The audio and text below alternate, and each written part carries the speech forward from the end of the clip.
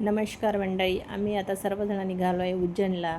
तर आमचे काही भाविक यायचे आहे, तर आम्ही त्यांची रेल्वे स्टेशनवर वाट बघत आहे आणि आमची ट्रेन आहे 6:30ची. तर आम्ही सर्वजण तिथे वाट बघून राहिलो. काही लोक आमचे यायचे आहे आणि आता आमची ट्रेनसुद्धा आता लगेच येणार आहे. तर आता काही एक एक लोक येऊन राहिले आणि लगेच आमची ट्रेन पण आली आणि आता आम्ही निघालो उज्जैनला. तर उज्जैनला आम्ही पोहोचलो आहे तिथे आणि तिथे आहे त्रिकाल हनुमानजीचं मंदिर आणि त्याच्याच बाजूला शिप्रा नदी आहे. तर त्या शिप्रा नदीमध्ये आम्ही स्नान वगैरे करू आणि बरेचसे भाविक तिथे आलेले आहे. कोणी कावड घेऊन आले आहे, कोणी पालख्या घेऊन आलेले आहे तिथे स्नान करायला. आणि त्या पालखीमध्ये सुद्धा महाकाल मंदिरमधले ते भगवान वगैरे आहे, तिथे देवी देव आहे आणि तिथे स्नान करून सर्वजण जाईल. तर बघा किती गर्दी आहे, कावड वगैरे लोक घेऊन चालले आहे, भरपूर भाविक आहे. आणि हे मंदिर पण खूप सुंदर आहे हनुमानजीचं. तिथे आम्ही दर्शन वगैरे घेतलेलं आहे, शिप्रा नदीच्या बाजूलाच आहे.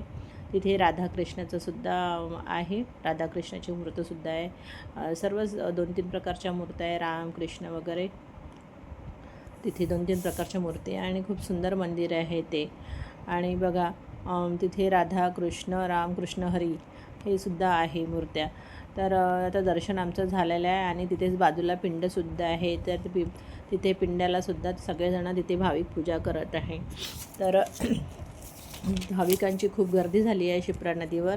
आणि याच्यानंतर आम्ही जाणार आहे आता नागचंद्रेश्वर मंदिरमध्ये दर्शनाला.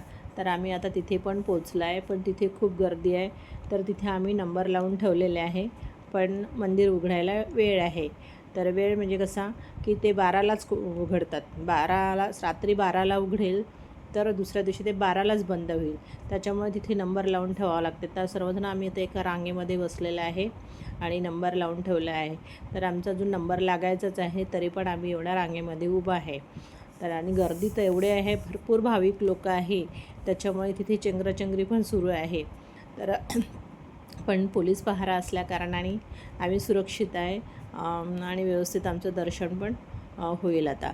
तर बघा सगळ्यांना तिथे रांगेमध्ये ठेवलेलं आहे. कोणी खाली बसलं आहे, कोणी वरती बसून आहे आणि बॅरेटसुद्धा लावलेले आहे आजूबाजूला, की बा कोणी एकमेकाच्या अंगावरती पडले नाही पाहिजे म्हणून.